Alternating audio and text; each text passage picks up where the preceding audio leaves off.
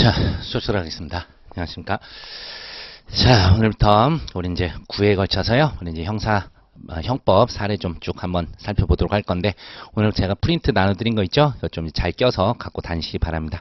그러니까 우리 이제 교재가 이제 쭉 들어가 있는데, 그 와중에 좀 이제 쟁점이 약간 빠졌다거나 부족한 그런 걸 좀 제가 채워둔 거거든요. 그래서 같이 갖고 다니시길 바라겠고요. 자, 오늘 일단 6페이지부터 보겠습니다. 6페이지에 사례 1번부터. 자, 우리가 이제 부작위범, 예전에 이제 가물가물하죠. 그래서 이제 시험에 나오는 것은 진정부작위범은 거의 나올 확률이 조금 적어요. 다만 이제 근자에 우리 진정부작위범 관련해서 판례가 몇 개가 있긴 있는데, 진정부작위범의 경우에는 맨날 나오는 게 이제 부작위한 공동정범이 있죠. 부작위한 공동정범. 공통된 의무가 부여되어 있고 공통으로 의무이행 가능. 아시죠? 이제 그거나 맨날 되는 거고, 실제 사례에선 그거 외에는 이 부진정 부작위범이 나오게 됩니다. 여러분들 이제 부진정 부작위범 나오면 요건이 어떻게 되죠? 구성 요건이 7페이지에 있죠. 그것부터 좀 한번 보세요. 로마자 2의 1. 그래서 구북의 보행, 이렇게 예전에 했던 거 기억하시죠? 구북의 보행. 그래서 진정 부진정 공통 요건이 구북이에요. 구북의. 그래서 구성 요건적 상황, 요구되는 이 부작위, 개별적 행위 가능성. 그죠? 그 다음에 이제 부진정 부작위범의 특유 요건으로 보행, 보증인 지위와 행위적인 동관시성. 아시죠? 그래서 이제 이런 것들이 있다는 거 좀 생각을 하시는데, 제가 얘기했죠. 항상 분인정 부작위범이 나오면 보증인 지위, 그건 따로 목차를 거의 잡게 돼 있다고. 그러니까 여기서도 2번에 따로 돼 있죠. 그래서 이제 여기서 물론 이제 구성 요건 내에서 이제 고의부터 있지만 뒤에 가면 보증인 지위가 따로 있어요. 그래서 지금 이 문제에서는 따로 이제 또 고의가 좀 필요한가 봐. 여러분 제가 고의 필요한 건 어떤 지문이 나올 때라 그랬어요? 뭐뭐해도 어쩔 수 없다. 그런 말 나오면 제가 어쩔 수 없이 미필적 고의 쓴다 그랬었죠. 이제 그런 걸 이제 같이 쓰는 거예요. 그래서 기본은 구북의 보행인데, 경우에 따라서 이게 어떤 죄로 가야 될지, 고의가 뭔지를 따져야 될 때가 있을 때는 고의부터 써줘요. 그 다음에 이제 보증인 지위 이런 식으로 갑니다. 자, 문제 한번 볼게요. 자, 을에게 전화해서 이제 도중에 감사하다라고 말하고 인근 술집으로 나오러 간 후 밤새 술을 마시며 놀았다. 취기가 오른 흐름 새벽에 택시를 타고 귀가했으나 만취 의식을 잃은 채 술집 소파에서 잠들어 버렸는데, 술집 사장 정은 뭐 현금 200을 가져왔다는데, 이게 중요한 게 아니라 만약으로 갑니다. 만약 술집 사장 정이 퇴근하기 위해 잠든 갑을 깨우려고 몇 차례 흔들어도 깨어나지 않자 영하 10도의 추운 날씨에도 난방을 끈 채 퇴근해 버렸는데 갑이 다음날 얼어 죽었대요. 자, 우리가 어떤 판례인지는 아시죠? 어떤 판례인지. 유기치사 사례였잖아. 근데 이걸 문제 좀 바꾼 거예요. 갑이 죽어도 어쩔 수 없다고 생각했던 경우. 자, 이건 어떤 고의예요, 여러분? 살인의 고의. 살인의 고의. 살인의 고의고, 다만 갑의 죽음을 예견할 수 있었던 경우, 이거는 뭐다? 살인의 고의는 없었고, 이게 이제 일반적인 유기치사 관련된 문제로 써달라는 거죠. 그래서 이렇게 이제 둘로 나눠지는 거예요. 그래서 쟁점 정의 보시면, 참고로 우리가 이제 아직은 여러분이 사례형 답안을 많이 안 작성했지만 나중에 이제 작성할 때 쟁점 정리 부분을요 좀 간결하게 잘 쓰는 사람들은 쓰시는데, 이거를 지금 이것도 많이 쓴 거예요. 제가 이제 문제집이니까 이렇게 길게 쓴 건데, 실제는 이렇게 길게 쓸 게 아니에요. 간단하게 이제 쓰는 건데, 나중에 이거 잘 안 되는 사람들은 쟁점 정리 포기하고 가시는 게 좋아요. 아셨어요? 쟁점 정리 쓸 때 괜히 막 가분수가 돼요. 이 케이스를 요약해 막. 그러면 안 돼요, 여러분. 하셨어요? 딱 뭐와 관련해서 무슨 죄가 문제, 이런 식으로 이제 가야 되거든. 그래서 당장도 이렇게 원래 실제 쓰면 안 돼. 술집 주인 정의 영하 10도에 추운 날씨 이런 거 쓰는 거 아니에요, 원래는. 그냥 뭐다? 두 번째 줄 끝에 정의 퇴근을 할 때 갑이 죽어도 어쩔 수 없어 생각했다면 살인의 미필적 고의가 있었던 것으로 부작위한 살인이 문제되고, 단지 갑의 죽음을 예견한 경우에는 유기 고의가 있었던 것으로 부작위한 유기치사가 문제된다. 이런 식으로 특히 보증인 지위와 관련 검토하겠다. 이런 식의 짧게 쓰는 거예요. 이런 식으로 알아두시고, 자, 계도 계산이 로마자 2로 갑니다. 자, 아침 수업이라 목이 바로 좀 잘 안 나오네. 1교시는 좀 양해하세요, 여러분. 자, 로마자 2에서 이제 부작위한 살인 또는 유기치사 가죠. 그래서 부진정 부작위범 성립 요건을 쭉 썼어요. 구북의 보행. 그러면서 마지막에 여기서 이제 미필적고의가 문제되니까 고의범이 성립하기 위해서 최소한 미필적 고의가 필요하다. 이걸 하나 추가를 한 겁니다. 자, 그래서 이제 2번에서 이제 나눠서 가는 거예요. 갑이 죽어도 어쩔 수 없다 생각한 경우에서 이제 부작위 살인죄로 가는 거죠. 그래서 살인의 미필적 고의 이렇게 가는데, 자, 요거는 외우세요. 미필적 고의 나오면 무조건 요 판례를 쓰셔야 점수를 받아요. 그래서 미필적 고의가 있었다 하려면 범죄 사실의 발생 가능성에 대한 인식이 있으므로, 우리가 고의가 기억하시죠? 객관적 구성 요건의 인식과 실현 의사잖아. 그래서 이제 이 얘기를 쓰는 거예요. 발생 가능성에 대한 인식이 있으면 물론 나아가 범죄 사실이 발생할 위험을 용인하는 내심회사. 제일 중요한 게 용인하는 내심회사. 요 문구입니다. 그러니까 너무 짧게, 정말 짧게 쓰고 싶으시면 미필적 고의가 있었다면 두 번째 끝에 범죄 사실이 발생할 위험을 용인하는 내심의 의사가 있어야 된다. 요 얘기는 꼭 들어가야 돼요. 그래서 사안에서 이제 가는 거죠. 정의 영하 10도 추운 날씨에도 갑을 주점에 방치 퇴근하면서 죽어도 어쩔 수 없어 생각했다면 미필적이나마 갑의 사망을 용인했으므로 살인의 고의가 있다. 이렇게 합니다. 그래서 이제 사안에서 포섭을 해주는 거예요, 여러분. 포섭을 해줍니다. 구북의 포행. 그래서 1번부터 바로 볼게요. 갑이 아무런 도움을 받지 아니하면 사망할 수 있는 상황에서, 이게 구성요건적 상황이죠. 정은 갑이 사망에 이르지 않도록 하기에 아무런 조치를 취하지 않았고, 요구되는 이 부작위. 그 다음 세 번째, 당시 정에게 갑을 구조할 개별적 행위 가능성 충분히 인정된다. 더불어 살인죄와 같은 순수한 결과범은 행위정의의 동가지성이 특별히 문제되지 않습니다. 여러분, 예전에 행위정의의 동가지성은 언제 문제가 된다 그랬죠? 구성요건 자체에서 특별한 행위태양이 요구되는 거. 그게 이제 이런 순수한 결과범 말고 행태의존적 결과범이라 그랬어요. 행태의존적 결과범. 이제 그런 데서나 문제가 됩니다. 그래서 4번 사실 안 써도 상관없는데 써주시면 좋아요. 살인죄에서. 다만 마지막이죠. 정에게 갑을 구조하여야 할 보증인 지위가 있는지 문제되므로 따로 살펴보자. 항상 보증인 지위가 따로 나옵니다. 자, 넘어가 보시면 이제 익숙한 판례가 나옵니다.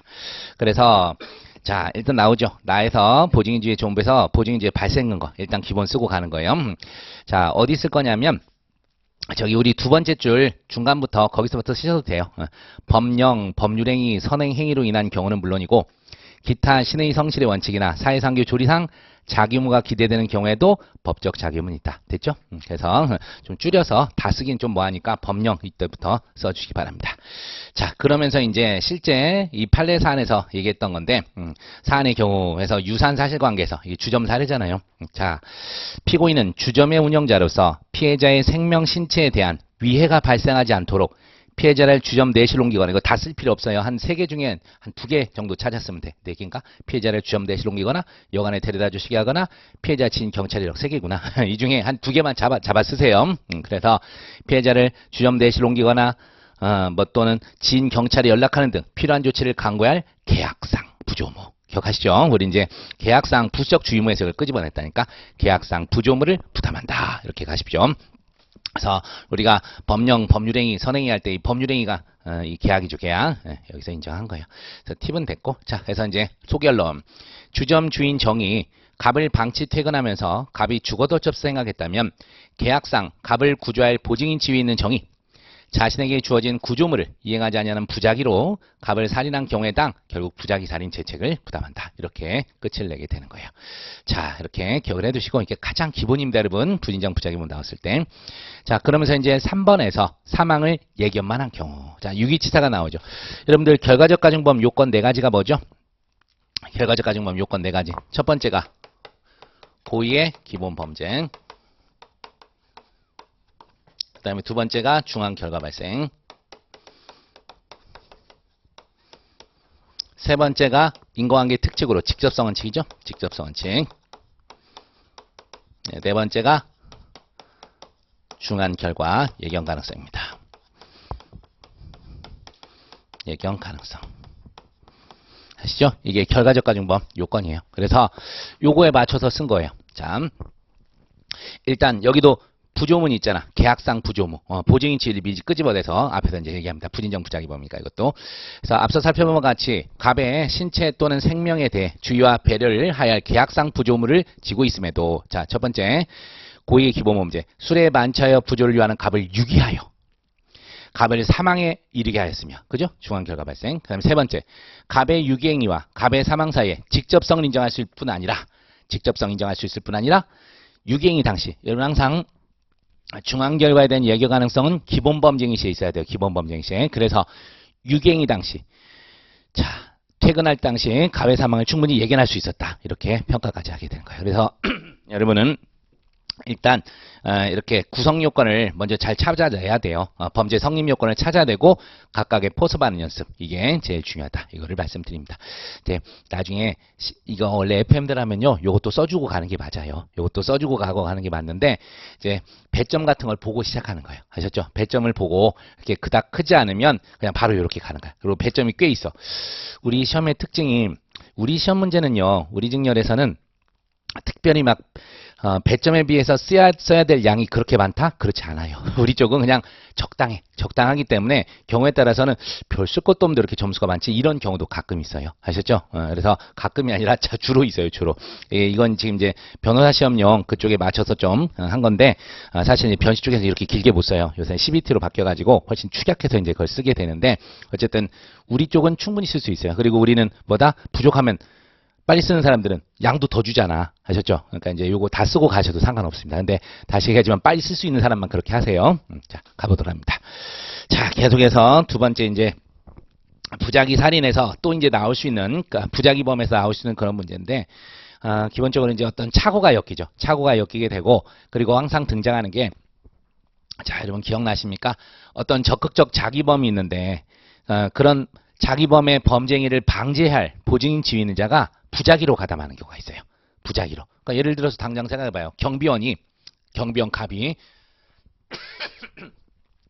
자신의 그 경비 서고 있는 건물에 도둑놈이 들었어.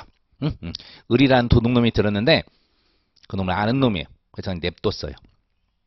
무슨 죄예요, 여러분? 부작위한 절도죄 정범이에요? 근원이에요. 정범이 아니라 종범이에요, 종범.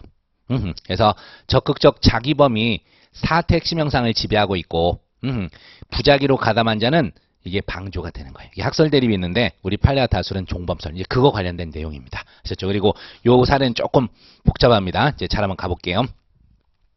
갑의 장인 F는, 자, 원래 장인 이렇게 나오게 되면 존속이라는 걸 떠올려야 돼요. 배우자의 직계 존속도. 자, 장인 F는 완치가 불가능한 말기암 환자로서 대학병원 암센터에서 하루하루 고통스럽게 입원 치료를 받고 있었다. 자, 장인 F는 갑에게 자네 저와 잘 상의하여 이제 그만 나를 편하게 보내주게, 이렇게 수차례 요원을 합니다. 자, 하도 진지하게 부탁을 하자 갑은 아내 을에게 그 사실을 털어놓았고 사정의 자초지종을 들은 을은 아무런 대답을 하지 않았다. 자, 그러던 어느 날 갑은 을에게 오늘 아버지 보내드리려니 함께 가서 아버지 손이라도 잡아보라고 얘기합니다. 남편을 따라 나선 을은 F를 분병 입원실을 먼저 나왔으며 갑은 F의 산소호흡기 코드를 뽑는다는 것이 잘못하여 옆 병상에 환자 X의 산소호흡기 코드를 뽑게 되었고 그로 인해 어이없게도 X가 사망에 이르게 되었다. 이렇게 합니다.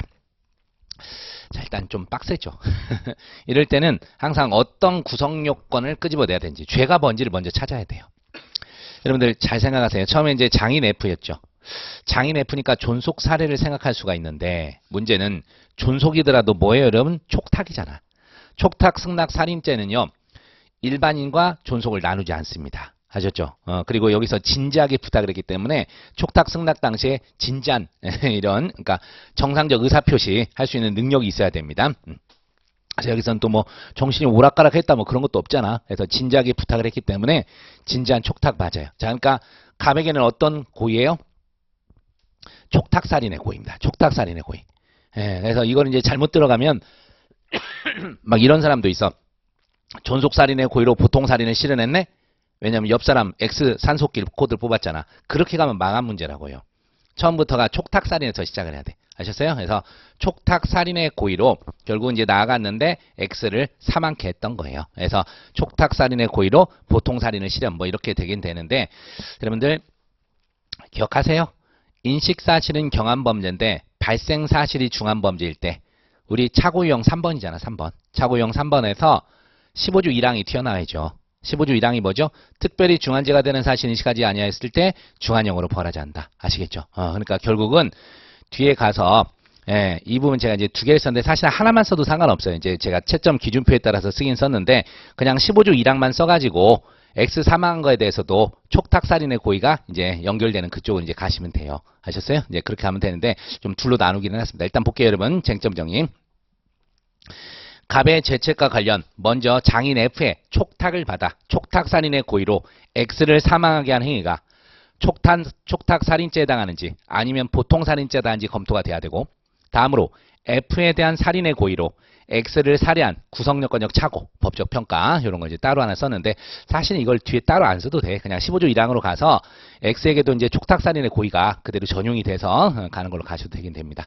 자, 근데 조금 나눠서 쓰면 좀 편하긴 하죠. 왠지 빠뜨린 것 같은 느낌이 들어서 따로따로 써놨는데 좀 이따 보겠고. 자, 그 다음에 처을도 당연히 뭐죠? 촉탁살인의 고의예요. 촉탁살인의 고의로 이제 가담한 거잖아. 그래서 보면 갑이 자신의 아버지 F의 촉탁을 받아 살해할 것을 알면서도 이를 방치한 행위가 부작위에 한 촉탁살인죄의 정범에 해당하는지 아니면 방조범에 해당하는지 검토가 돼야 됩니다.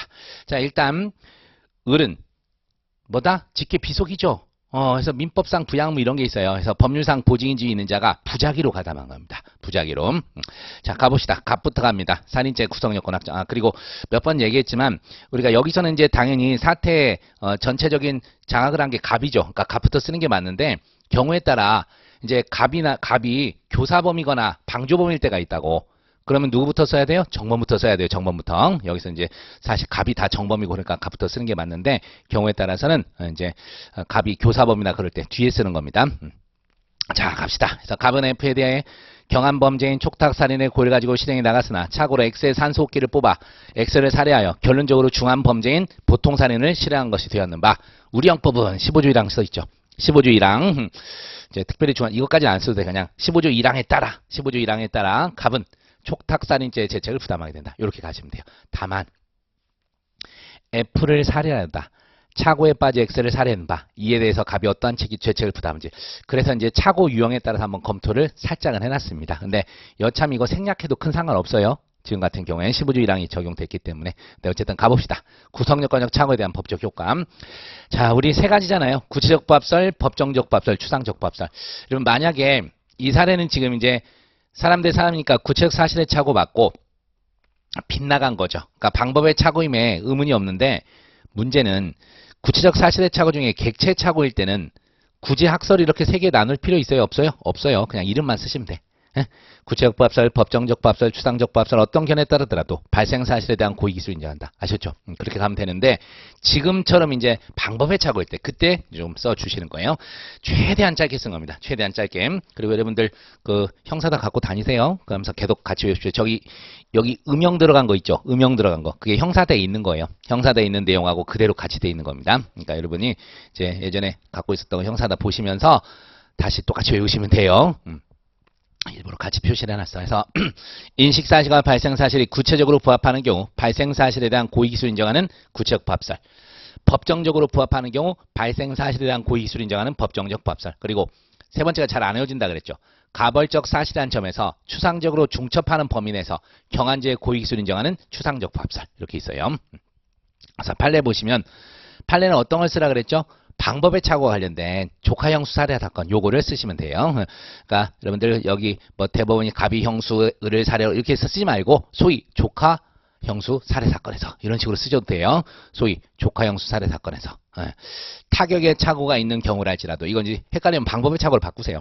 방법의 착오가 있는 경우랄지라도 행위자의 살인의 범위 성립에 방해가 되지 않는다 해서 법정적 법설의 입장이다. 이렇게 쓰시기 바랍니다. 자, 그래서 이제 검토도 우리는 주로 웬만하면 판례 따라가는 게 편하다 그랬어요. 추상적 법설은 이제 발생하지도 않은 경한 범죄의 기술 인정한 점에서 타당하지 않고, 구체적 법설은 기수 책임 범위가 지나치게 협소하다는 점에서 법정적 법설 타당, 이렇게 갑니다. 그래서 결론, 구체적 사실의 착오 중 방법의 착오에 해당하는데 법정적 법, 뭐 다 쓰긴 했는데 어쨌든 그냥 어쨌든 어떻게 돼요? 발생 사실에 대한 고의가 그대로 전용이 되게 되죠. 그래서 갑의 F에 대한 촉탁살인의 고의가 전용, X에 대해서도 촉탁살인 기수가 돼버립니다. 그러니까 결론적으로는 제가 얘기했잖아요. 굳이 아라베스타 2번의 논점을 안 써도 된다고. 어차피 15조 1항으로 끝나도 상관없어요. 근데 이제 다만 이제 배점도 있고 그래서 한 번 더 쓴 겁니다. 체기표에도, 채점 기준표에도 그래 써 있어서 이렇게 간 거예요. 근데 다만 이제 여러분 봐봐요.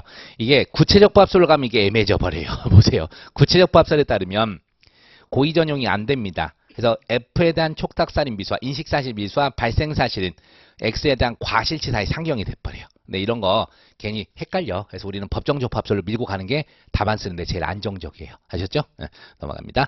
자, 그 다음에 이제 뭐 주거침입 여기선 굳이 논의하지 않아도 상관없습니다. 여기는 이제 이게 예전에 20년 법전협 문제라서 예전에 이제 범죄 목적으로만 들어가도 무조건 주거침입이었었거든요. 그래서 이제 그런 쟁점이 있었는데 지금도 뭐 써주시면 좋겠지만 안 써도 큰 문제는 없어요. 밑에 이제 보세요. 종래 판례는 범죄 목적으로 주거 등에 들어간 경우 바로 주거 침입 인정했지만 최근 전압을 통해 침입이란 주거의 사실상 평온 상태를 해치는 희탕으로 주거에 들어갔을 의미. 그래서 핵심이 뭐다? 주거의 사실상 평온 상태를 해치는 희탕으로 주거에 들어가야 돼요. 근데 이 사안에서는 그런 게 없었잖아요. 그쵸? 출입 당시에 행위탕을 객관적 외형적으로 판단해야 되는데 사안에서는 어떤 행위탕이 명확하지 않지만 사실상 평온을 해치는 방법으로 들어간 것은 아니라 판단됩니다. 그래서 주거침입 아니다. 기억하십시오. 우리가 21년부터 이게 전압으로 바뀌기 시작했거든. 21, 22 한참 다 바뀌었는데 그 점 말씀드립니다. 자, 어쨌든 넘어가시고 소결론 여러분 한번 읽으시면 될 것 같아요. 그 다음에 이제 의뢰제책 갑시다. 여기서 이제 의뢰제책이 주 쟁점인데 자, 여기서도 결국은 부작위범이잖아요. 그래서 구북의 보행을 다 여기서도 검토를 하는 거예요. 그대로 들어가 있죠, 여러분. 부진정 부작위범이 성립되기 위해서는 객관적 요건으로서 구북의 보행 쓰고 그 다음에 마지막 주관적 요건으로서 살인의 고의가 인정돼야 된다. 알겠죠? 고의까지 이렇게 쓴 거예요. 이게 가장 기본 팩트입니다. 팩트. 우리가 부진정 부작위범 나오면 써야 될 내용들. 자, 그래서 사안에서 이제 한 번씩 검토해 봅시다. 을은 F의 직계 비속에 해당하므로 보증인 지위 쓰죠. 민법 974조에 몇 조까지는 안 써도 돼 실제. 민법에 따라 부양 의무가 존재. 법률상 보증인 지위 인정. 자, 그 다음 가뱅이를 제지하지 아니하면 F가 사망할 수 있는 상황에서 이게 구성적 상황. 가뱅이를 제지하지 함으로써 발음이 꼬이냐. 가뱅이를 제지함으로써 F의 사망을 충분히 방지할 수 있었음에도 아무런 조치를 취하지 아니한 부작이 이르렀다. 이게 이제 뭐다? 요구되는 게 부작위와 개별적 행위 가능성 이거 같이 쓴 거예요. 또한 을은 갑으로부터 자초지종을 듣고 사건 당일 보내드려야 한다는 말을 들었음에도 이를 방치한 바. 자, 이제 미필적 고의 얘기 쓰는 거죠. 촉탁살인을 적극적으로 의욕하진 않았더라도 용인하는 내심에서 꼭 요 문구 쓰시라고. 여러분 거기에 딱 밑줄 하나 거두세요. 여러분. 촉탁살인을 적극적으로 의욕하지는 않았더라도 이를 용인하는 내심의 의사를 인정할 수 있어. 미필적 고의도 인정. 여러분들이 이제 고의 쓸 때 이걸 잘 못 쓰더라고. 그래서 미필적 고의 쓸 때 항상 요 문구 이런 식의 연습을 좀 하십시오. 적극적으로 의욕하지는 않았더라도 미필적이나마 내심의 의사를 용인의 의사를 이런 식으로 좀 쓰시면 돼요. 그래서 용인하는 내심의 의사를 인정할 수 있어요. 그래서 적극적 의욕하지 않았더라도 용인하는 내심의 의사. 요 부분 구분해서 외워두십시오. 자, 근데 문제가 이거예요. 다만 을은 F에 대한 촉탁살인의 고의를 가졌는 바 X 사망에 대해 어떠한 죄책을 부담지. 그리고 적극적 자기한 살인행위에 대해 거기 밑줄 거세요. 갑의 적극적 자기에 의한 살인행위에 대해 부작위로 가담한 바 살인죄의 정범인지 방조범인지에 대해서도 살펴봐야 된다. 이게 이제 옆으로 넘어가는 그 이제 가교 역할을 하는 거예요. 그러니까 여러분들이 이제 답안을 쓸 때 좀 이제 잘 쓰는 사람들은요, 요런 연결고리를 잘 써줘. 근데 이제 어떤 분 사람들은 밑도 끝도 없이 갑자기 툭툭 튀어나와. 그러니까 깜빡이 없이 갑자기 좌회전하는 것처럼 툭툭 튀어나와요. 그러면 헉헉 하면서 가는데 점수를 주긴 줘요. 근데 이제 이게 매끄럽지가 않잖아. 아셨죠? 그래서 여러분들이 이제 답안을 이제 작성할 때 우리 사례집을 왜 보는 거예요? 참조하는 거예요. 참조. 여러분이 답안 그대로 이거 여기 문제집에 있는 거 그대로 옮길 수는 없어요. 저도 이걸 똑같이 못 써요. 저도 책 보면서 쓰지. 그리고 드래그해서 하는 거기 때문에 똑같이 못 씁니다. 다만 이제 여러분이 이런 걸 흉내낼 때 내가 실제 썼다면 이런 거 못 썼겠다 하는 거 있잖아요. 그런 것들을 이제 자꾸 연습을 좀 하셔야 되는 거예요. 그리고 가장 기본은 저기 음영 들어간 이런 게 이제 답안에 현출돼야 되는 내용들이거든요. 음영되어 있는 것들 이런 건 이제 일명의 왁구야 왁구 이런 틀을 갖다가 그대로 옮길 수 있게 연습을 하십시오. 그래서 그리고 여러분들이 제가 저기 변호사 시험 쪽에서도 지난번에 이제 진도별 모의사 한참 이제 9월 10월 해가지고 한참 했었는데 이제 제가 채점도 했었어요. 한 40몇 명 이제 반절도 안 내니까 이제 그 정도 막 하고 그랬는데 하면서 속이 얼마나 터졌는지 몰라. 이런 걸 못 쓰는 거야 계속. 막 판례도 주작도 적당히 해야지 여러분. 그래서 막 있지도 않은 판례 너무 많이 쓰는 거예요. 그래서 저도 이제 짬파비스가 이게 있는 판례지 없는 판례 정도 다 알잖아. 그래서 이제 안 속아. 그래서 너무 많이 지어내셨습니다. 그래서 적당히 하십시오. 적당히 막 하고 그랬는데 그리고 진짜 막 기본 정도를 알아야 된다고 얘기했는데 그런 걸 아예 못 쓰는 사람이 너무 많은 거야. 그래서 막 채점하면서 이제 CBT니까 저도 이제 저기 하여튼 놓고 이렇게 막 쳐가면서 하고 막 그랬는데 계속 한숨 쉬었어. 그랬더니 우리 애들이 아빠 왜 우리 집사람이 왜 그래 하는데 채점마다 아팠어요 여러분. 괴로워가지고 어떻게 이렇게 답안을 못 쓸까. 어떤 놈이 가르쳤지? 제가 가르쳤잖아. 그래가지고 막 자괴감이 들어가지고 죽겠는 거야. 이대로 가면 합격하는 사람이 정말 없을 건데 큰일 났다. 몇 년 새에 실력이 도로 떨어진 것 같아요. 한참 올라갔었거든. 편집도. 근데 이제 답답해가지고 그래서 오랜만에 그래서 참 당황스럽습니다. 여하튼 자 여하튼 넘어갑시다. 넘어가시고 그래서 여러분들 꼭 좀 암기 좀 하세요. 제대로 좀 암기하시고, 그리고 우리는 이제 7과목 아니잖아. 6과목이잖아. 부담은 되겠지만, 암기하십시오, 여러분. 암기하고 그냥 끝내는 것이 아니라 써보십시오. 꼭 써보세요. 부탁드립니다. 자, 그래서 가봅시다. 작설에서 정범인지 종범인지인데, 세 가지 견해 있잖아요. 그래서 보시면 고의의 자기범이 현실적으로 범행을 지배하고 있기 때문에, 부자기범에게는 행위지배가 결여되어 종범이 짧게 가면 여러분 뭐라고 하시면 돼요? 자, 부자기범에게는 행위지배가 결여되어 종범이 성립한다는 견해. 이렇게 짧게. 그 다음에 이제 두 번째 견해가 이제 보증인지가 우리는 사실은 이거를 객관식용이라서 따로 안 배웠는데 보호물을 근거로 보증인지가 보호물을 근거로 할 때는 정범, 안전의무 근거로 할 때는 종범. 이렇게 짧게 쓰시고 그 다음에 3번이 참 이게 안 쓰자니 뭐하고 쓰자니 계륵인데 부자기자도 원칙적으로 정범이에요. 부자기자도 원칙적으로 정범이지만 불법 영득의사나 목적 이게 초과주관적 구성요건 요소잖아. 또 신문범 자수범 세 가지입니다. 그래서 불법 영득의사나 목적이 필요한 범죄, 신문범이나 자수범 같이 자수범 같이 특별한 행위방해적 요소를 요구하는 범죄에서만 예외적으로 종범하는데 이게 너무 길잖아. 그래서 어떻게 하냐? 그냥 불법 영득의사나 목적이 필요한 범죄, 신문범, 자수범의 경우 예외적으로 종범 이렇게 기억해 두십시오. 다시 한번 밑줄 좀 거둘게요. 여러분 3번에서 부자기자도 원칙적으로 정범이 성립. 좀 띄었다 밑줄. 불법 영득의사나 목적이 필요한 범죄나 신문범 자수범의 경우 예외적으로 종범 성립. 이렇게 좀 짧게 해주시기 바랍니다. 그러니까 이것도 길거든요. 그러니까 여러분이 최대한 핵심 문구는 들어갈 수 있도록 해주십시오. 그러니까 한 김에 1번도 두 번째 줄 행위지배가 결여되어 종범 성립. 그 다음에 2번에서 보호무 근거할 때 정범, 안전의무 근거할 때 종범. 이런 말들 딱 체크하시면 되겠습니다. 자, 이제 판례 가십시다. 은행 지점장 사건, 백화점 직원 사건 등에서 자기 의무에 위배하여 자기의 정범의 범행을 방치했다는 부자기만으로는 실행행위로서 자기와 동일시할 수 없다. 그러니까 자기범과 동일시할 수 없다. 이런 뜻이에요. 그래서 종범설입니다. 판례도 종범설. 이렇게 가십시다. 그래서 이제 검토도 우리 행위집에서 쓸 거예요. 자, 네 번째 줄 밑줄입니다, 여러분. 부자기에는 적극적 행위 기여가 결여되어 있기 때문에 종범설이 타당. 아셨어요? 이렇게 다 기니까 줄여 쓰라고. 검토 및 산의 경우에서 네 번째 줄 밑줄. 부자기에는 적극적 행위 기여가 결여되어 있기 때문에 종범설이 타당하다. 그냥 이렇게 밀고 가세요. 자, 그래서 사안에서 적극적으로 X의 사망을 초래한 자는 갑이므로 이에 대해 부자기로 가담한 을에게는 부자기한 살인죄의 종범을 인정함이 타당하다. 이렇게 합니다. 이제 종범. 그리고 앞서 살핀 대로 똑같이 이제 그 차고 이걸 연결해 줘야죠. 법정적 부합설에 따를 경우 자, 결론적으로 어떻게 됩니까? 그 X에 대한 촉탁살인 기수잖아요. 그래서 다만 고의 전용을 부정하는 구체적 부합설에 따르면 이게 이제 헷갈려지는 거야. F에 대한 부자기한 촉탁살인 미수와 X에 대한 과실치사의 이제 상경, 이렇게 이제 또 갈 수가 있죠. 근데 답안이 길어지니까 그냥 우리는 법정적 부합설 따랐으면 그냥 그대로 밀고 가세요. 그래서 첫째, 둘째 줄만 쓰셔도 돼. 법정적 부합설에 따를 경우 을의 F에 대한 촉탁살인의 고의는 X에게 전용된다. 그래서 X에 대한 촉탁살인 기수죄책 부담 이렇게 가면 돼요. 자, 됐습니다. 그래서 이제 소결론 보시면 갑이 자신의 아버지 F의 촉탁을 받아 이를 실행한 것을 알면서도 아무런 조치를 취하지 않냐고 방치, X를 사망케 한 것은 부자기한 촉탁살인의 죄책을 부담하는데 적극적 행위 기여가 없어 종범의 죄책을 부담한다. 이렇게 가시면 됩니다. 자, 그러니까 우리가 이제 기본적으로 나올 수 있는 게 부자기범에서는 부인정 부자기범의 보증인 지위 관련된 거 쓰는 거예요. 특히 이제 미필적 고의 관련해서 쓰는 게 기본이고 그 다음에 나올 수 있는 게 부자기한 정범인지 종범인지 아셨죠? 이런 논의들이 등장할 수 있다는 것을 말씀드립니다. 자, 그리고 이제 아까 얘기했지만 이제 진정부자기범 같은 경우에는 뭐가 잘 나온다고요? 진정부자기범의 경우에는 공동정범. 공통된 의무가 부여되어 있는지 그런 거가 나오게 돼요. 우리 이제 교과서 보면서 구정신보건법에서 이제 그 입원할 때 자, 이건 입원 서류 동의서 같은 걸 누가 받아야 돼요? 병원장이 받도록 돼 있어요. 병원장이.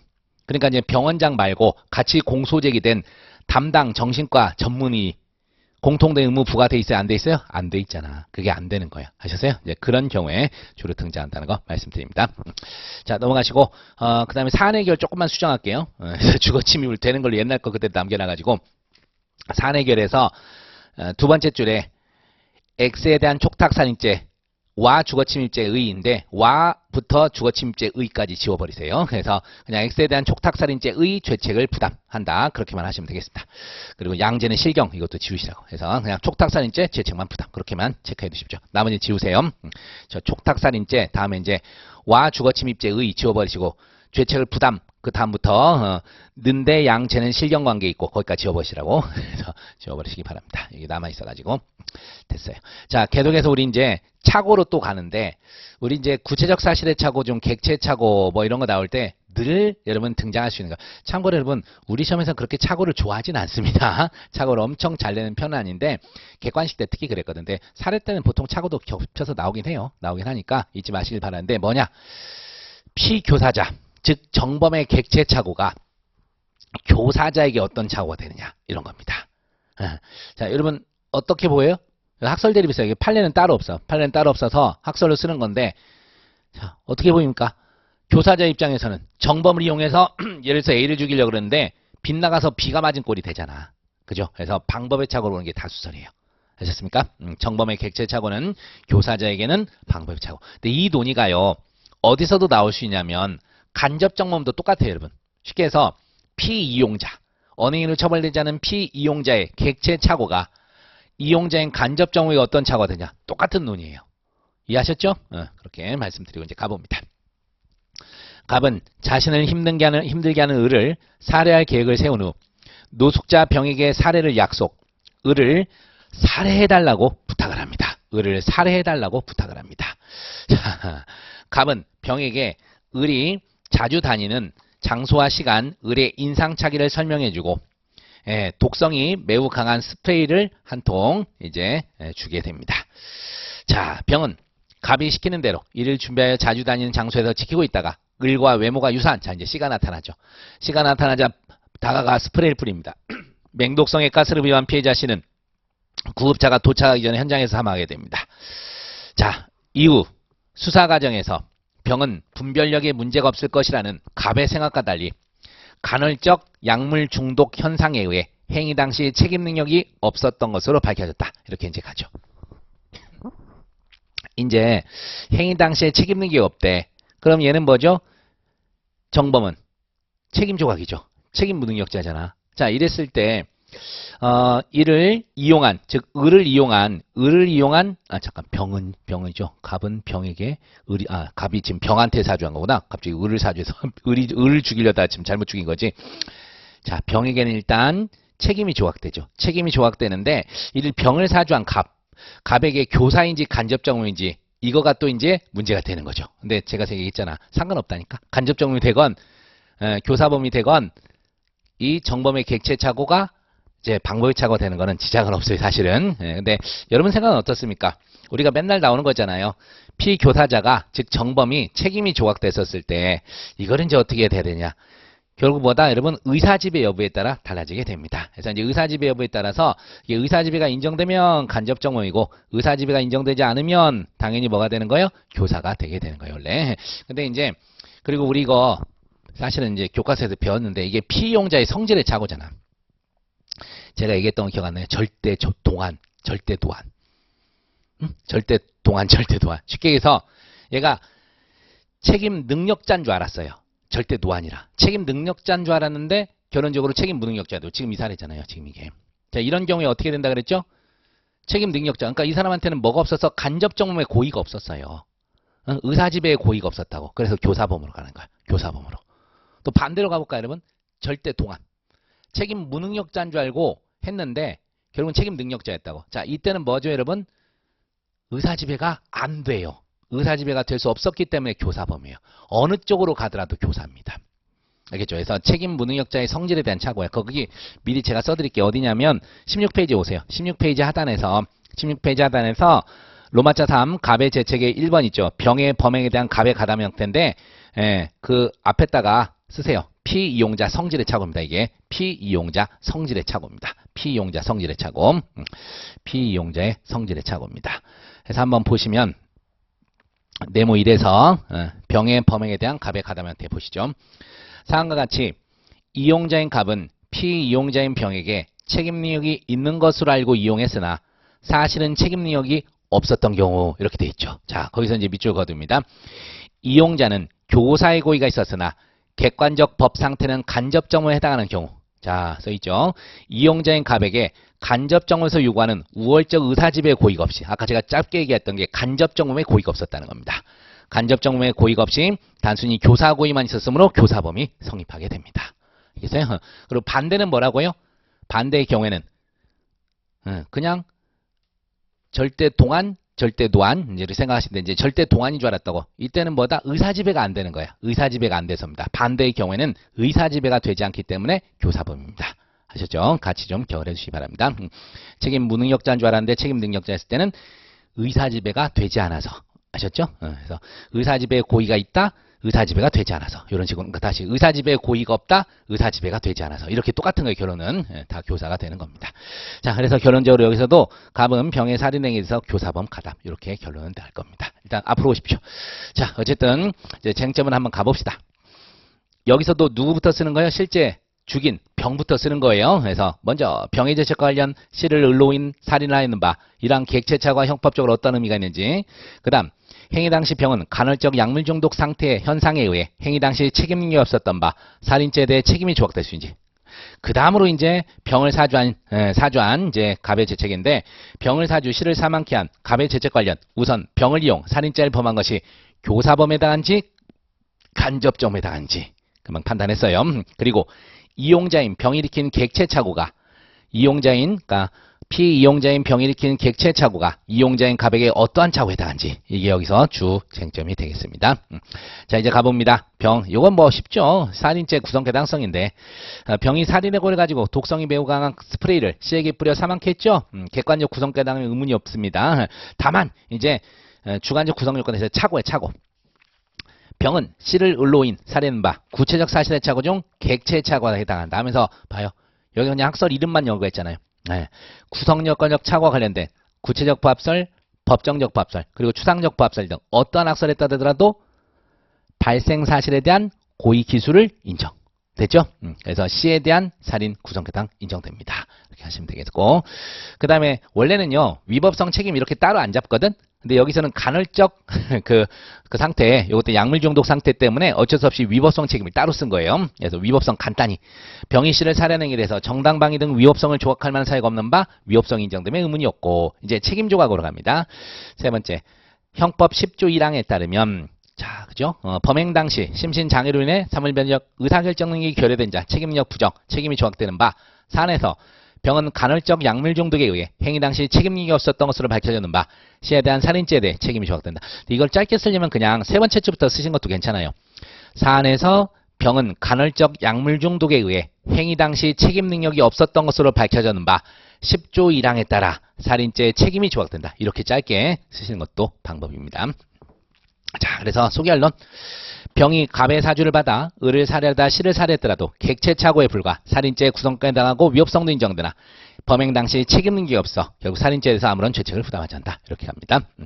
그리고 이제 로마자 3에서 갑의 죄책 1번 병의 범행에 대한 갑의 가담 형태인데, 말씀드렸던 것처럼 요거 잘 쓰세요. 그래서 여기서는 간접정모의 고의가 없었다. 그래서 그냥 교사범이 됩니다. 그래서 결론 마지막 줄, 갑은 병의 살인행위에 대해 교사범으로 가담입니다. 자, 그러면서 이제 자연스럽게 2번 복차가 형성이 되는 거야. 이제 교사범이니까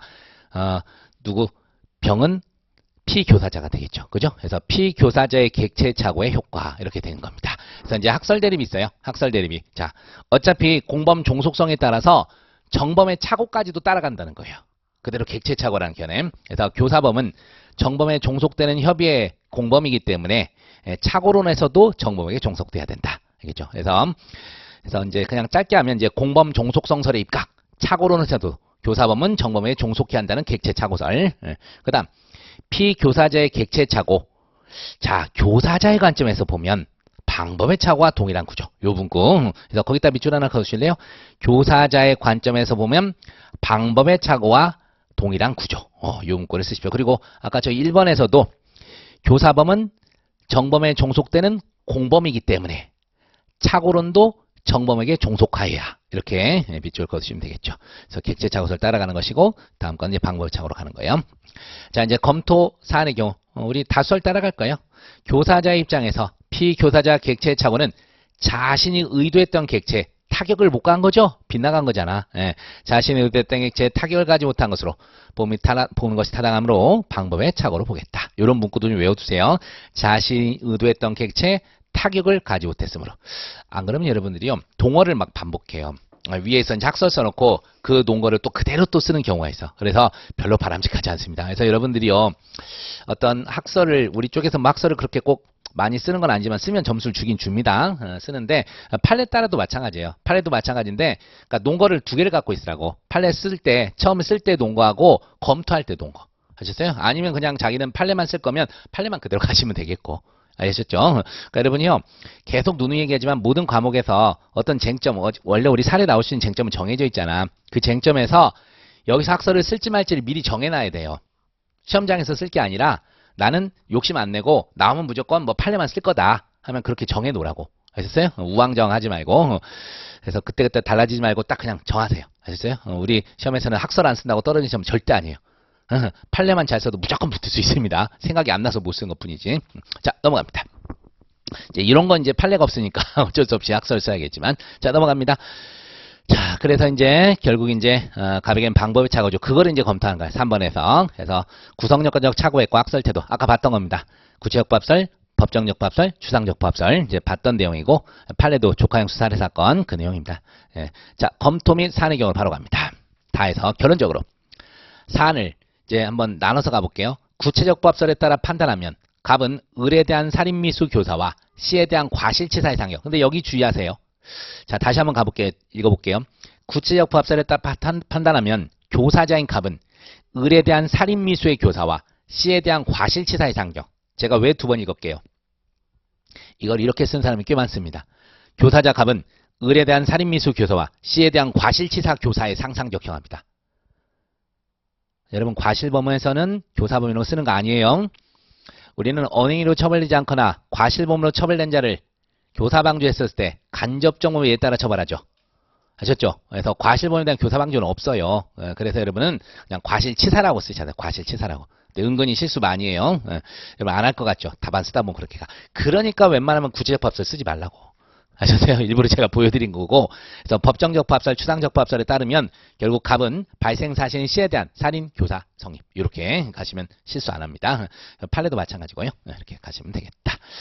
자, 그래서 이제 소결론 쭉 한번 보시는데 갑이 병에게 책임 능력이 있는 것으로 생각하고 을을 살해하도록 하는 이는 교사범에 해당한다 봅니다. 타당. 이러한 피교사자, 병의 구체적 사실의 착오 중 객체 착오는 교사자인 갑에게는 구조상 방법의 착오에 해당한다. 따라서 판례가 취하는 법정적 법설의 입장에 따라 판단해보면 갑은 병이 씨를 을로인 살해한 행위에 대해 살인 기수, 교사, 죄책을 부담. 이렇게 결론 내립니다. 이제 사안 해결은 제가 얘기 안 할게요. 여러분 한번 보시고. 여러분 마지막 사안 해결에서는 주로 뭐 쓰는 거죠? 결론적으로 각각의 죄수 쓰는 거예요. 죄수. 근데 여기서 뭐 따로 뭐 여러 개 죄가 아니어서 따로 쓸만한 게 없어요. 자, 넘어가시고 이제 4번 가서 보십시다. 4번에서 여기는 이제 조금 할 말이 많지. 예, 이제 개괄적 고의 나오는데 이제 개괄적 고의에서는 학설은 나온 다음에 이름만 쓰세요. 이름만. 이제 자신 없으면 그냥 판례만 갖고 밀어가도 큰 상관없습니다. 최소한 이제 판례하고 다수설적 입장 하나 정도는 써주시면 좋은데 일단 한번 보고 갈게요. 그리고 개괄적 고의에서는요. 개괄적 고의한 살인죄 자체는 누구나 다 써요. 다 쓰고 보론 그 이외 범죄 있죠. 그 이외 범죄들을 누가 잘 쓰냐에 따라서 이게 달라집니다. 자, 한번 가보겠습니다. 갑은 B의 집에서 나와 귀가하던 중 A와 맞닥뜨리게 되었다. A와 맞닥뜨리게 되었다. 갑은 A가 자신을 알아보는 듯 멈칫하자 자신을 신고할까 두려워. 사실 이제 갑이 앞에서 이제 제가 요약해서 저기 앞에 내용을 좀 빼서 했는데 이제 범죄를 저질렀었거든. 그래서 이제 보세요. 자신을 신고할까 두려워 A를 죽이려고 담벼락에 놓인 R형을 집어들고 A의 머리를 내리칩니다. 사실은 여러분 이게요. 보복목적 살인에서 특가법이에요. 특가법. 근데 우리 시험에서는 그런 거 쓰기 안 내요. 걱정 마세요. 특별법은 논외로 그러니까 걱정 마시고 이게 이제 변호사 시험 쪽에서 나왔으니까 특별형법을 계속 이제 논하게 하는 건데 우리는 크게 신경 쓰지 마세요. 이렇게는 안 될 거야. 자, 어쨌든 그리하여 A가 뇌진탕으로 정신을 잃고 쓰러지자 갑은 A가 죽은 것으로 오인 근처에 있던 자신의 차 트렁크에 A를 싣고 교회로 가다가 증거를 인멸할 생각으로 강물에 던졌고 그 결과 A는 익사했다. 전형적인 개괄적 고의 사례입니다. 그렇죠? 그래서 개괄적 고의라는 것은 두 개의 행위가 있죠. 두 개의 행위가 있는데 사실은 이제 첫 번째 행위로 결과가 발생한 줄 알았는데 사실은 두 번째 행위로 해서 결과가 발생했던 그런 경우를 이런 사례군을 개괄적 고의라고 얘기를 하고 있죠. 자, 쟁점 정리 가보러 갑니다. A의 신고가 두려워 보복의 목적으로 A를 살해하기에 R형으로 A의 머리를 가격했는 바 특가법상 보복 목적 살인인데 우리는 신경 쓰지 마시라고 그냥 살인죄로만 생각하시고 근데 갑의 의도와 달리 이런 말을 이제 잘 써야 돼. 이제 살인죄 성모가 문제되는데 특히 갑의 의도와 달리 증거인멸을 위해 강물에 던진 행위로 사망하는 바 소위 개괄적 고의살해 해결이 문제된다. 이렇게 쓰셔야 돼요. 소위 개괄적 고의살해 해결이 문제된다. 이외에도 증거인멸, 사체유기 이런 것도 검토가 필요합니다. 자, 그래서 이제 뭐 살인죄 부분 보복 목적은 넘어갈게요, 여러분. 필요 없고 이제 핵심은 네 번째 줄 볼게요. 네 번째 줄부터 보겠습니다. 사안에서 갑이 A를 살해란 목적이 자신의 신고할 두려워서는 막 목적은 충족됐고 그 다음 거 A의 사망이 여기서부터네요. A의 사망이 갑의 의도와 달리 R형으로 내려친 행위 때문이 아니라 증거를 인멸할 생각으로 강물에 던졌는데 이로 인해 익사를 했다는 점에서 자 밑줄 좀 그어두세요. 밑줄 여기서부터 한 개의 고의 기수 범인지 아니면 제1행위의 미수와 제2행위에 대한 과실의 경합범인지가 문제된다. 이렇게 나눠지게 됩니다. 아셨죠? 그래서 전체를 하나의 살인기수로 볼지 아니면 제1행위 미수와 제2행위 과실의 실형으로 볼지 이게 문제가 되는 거예요. 그래서 학설도 제가 이름만 써놨죠, 여러분. 앞에 두 문자잖아. 개민계 객사잖아, 여러분. 개민계 객사. 개괄적 고의설, 미수와 과실의 경합법설, 인과관계 착오 특수형설, 계획실현설, 객관적 기속설, 사회적 형법적 행위표준설. 아셨습니까? 한다면 이렇게 쓰면 퍼펙트입니다. 퍼펙트고 자신 없으면 최소한 여러분 여기서 개괄적 고의설, 미수와 과실의 경합범설, 인과관계 착오 특수형설 이 세 가지는 좀 써주세요. 이 세 가지는 좀 써주시길 바랍니다. 자신이 없었는데 웬만하면 다 써요. 개민계 객사인데 아셨죠? 이거는 쓰시고 자 여기서 봅시다. 판례는 이제 제대로 박아주셔야지. 판례 보시면 참 학설 이름 쓰고 그걸 안 쓸 뻔했네. 세 번째 줄에서 이들 견해 중에 자 밑줄입니다. 미수와 과실의 경합범설만 살인미수와 과실치사의 실체적 경합을 인정할 뿐 나머지 견해들은 모두 살인기수 책임을 인정합니다. 아셨죠? 그래서 이제 학설 이름만 쓰라는 거야. 미수와 과실의 경합범설만 살인미수와 과실치사의 실경이고 상경 아니에요, 여러분 조심하세요. 실경 두 개행이니까 이거 나머지 견해는 다 살인기수 인정합니다.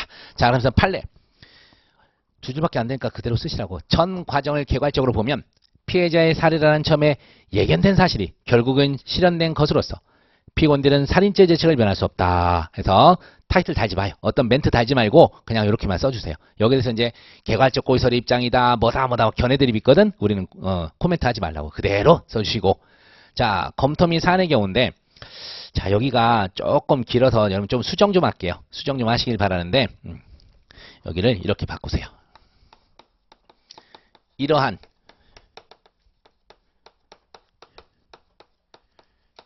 유형의 착오는 구조적으로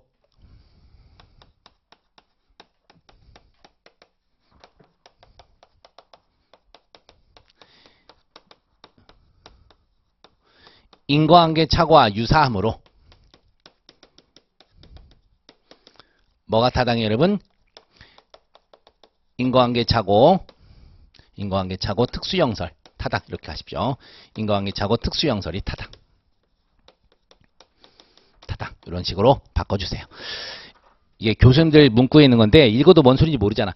고의는 범행의 전 과정에 걸쳐 요구되는 것이 아니라 범행에 착수하여 인과관계가 진행되는 시점까지만 존재하면 되는 것이므로 발생한 결과가 행위자의 고의와 일치할 경우 고의수 책임을 인정하는 것이 타다. 잘 모르겠잖아. 못 쓰겠죠. 그래서 좀 바꾸시라고. 이러한 유형의 착오는 구조적으로 인과관계 착오와 유사함으로 뭐가 타당하다? 인과관계 착오 특수형설이 가장 타당 이런 식으로 바꿔 주십시오. 제가 몇 년째 갖고 왔는데 바꿨어요. 그래서 여러분 못 쓰라고 아예 못 쓰니까 아예 변화시킨 거죠. 비슷하잖아요, 여러분. 우리 인과관계 착오가 어떤 건지 교각사리 이런 것처럼 물론 인과관계 착오는 행위가 하나고 개괄적 고의는 행위가 두 개지만 거의 비슷하잖아요. 그래서 어쨌든 교각에서 밀어서 익사시키려고 했는데 그 전에 심장마비로 죽은 거. 뭐 큰 차이 없죠? 그런 식으로 유사하게 가십시오. 이게 이제 다수설적 입장이니까. 다수설적 입장. 자, 그리고 여러분 인과관계 착오는 어떻게 해결하죠? 본질적 착오일 때만 뭐죠?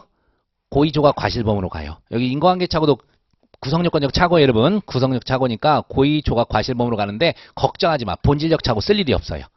그냥 뭐라고 하시면 돼? 이 사안에처럼 네 번째 줄 봐봐요.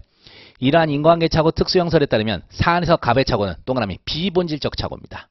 걱정 마. 인과관계 착오는 항상 비본질적 착오예요.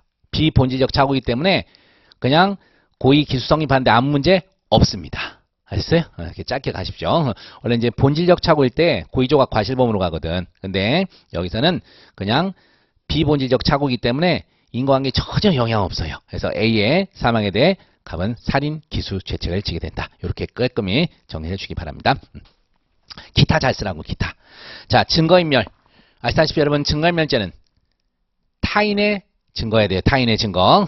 그래서 두 번째 줄 있잖아요.